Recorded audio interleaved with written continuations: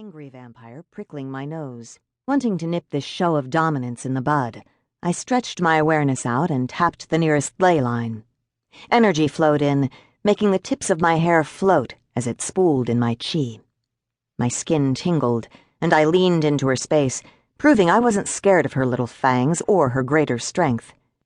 "You're under a conditional death threat, sweetheart," I breathed. "Once I verify that Luke isn't in there, you can come get what you want. But if all you're looking for is a way to die that doesn't invalidate your life insurance, do it on your own time." Sullen, Marcia dropped her eyes, the rim of blue around her pupils returning to normal. I rocked back, thumbs in my pockets, satisfied that she'd wait. It was unusual for a vampire to listen to anyone outside their camarilla, but she had come to us. Nodding, I looked up and made a sharp whistle. Immediately, Jenks peeked out of the bathroom vent and gave me a thumbs up. "Park it," I muttered, and the woman shrank against the dumpster and out of sight. Appeased, I started for the front entrance. The run had sounded simple enough when Ivy brought it up over grilled cheese sandwiches and tomato soup last night. Helping a woman get her things out of her apartment was a no-brainer, until she told me the separation was being forced by two rival vampire camarillas, and if Luke and Marcia didn't comply, someone was going to end up dead. No way was Ivy going to do this one alone.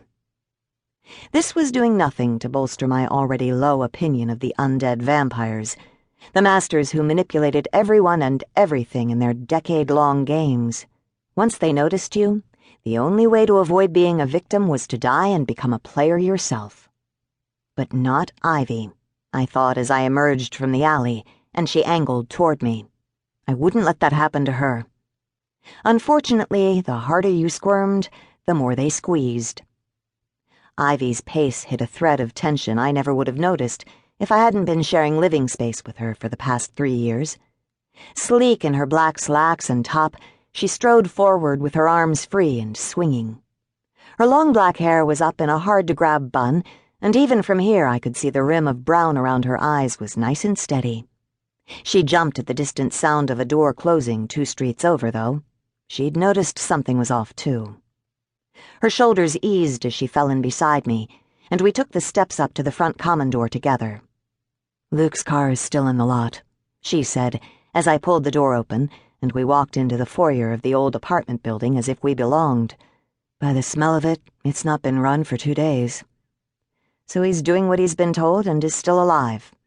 I glanced up at the camera.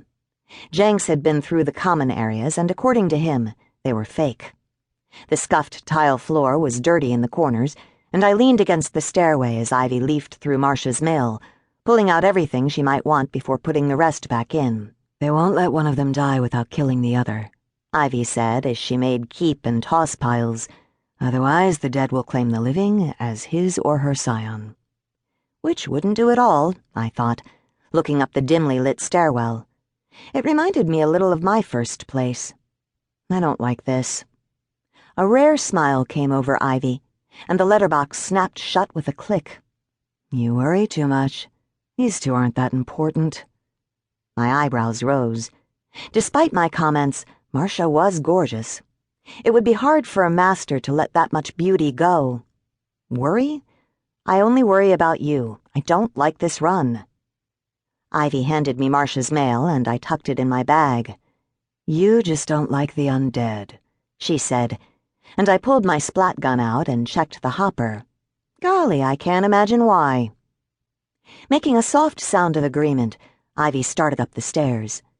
I knew she wasn't interested in the mail, but it had given us a chance to stand at the foot of the stairs while she breathed the air and decided if anyone was waiting for us on the way up, Jenks's assurance or not. "Relax," she said as I fell into place behind her. "They agreed to not see each other. We go in, get her stuff, get out, end of story."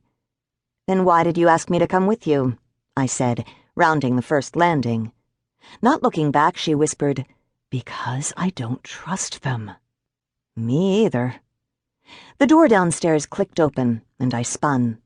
My hold on the ley line zinged through me, but it was just Jenks and Marcia. I put a finger to my lips, and she closed the door behind her to seal out the shush of cars. Even 3 stories up, I could see a new, healthy...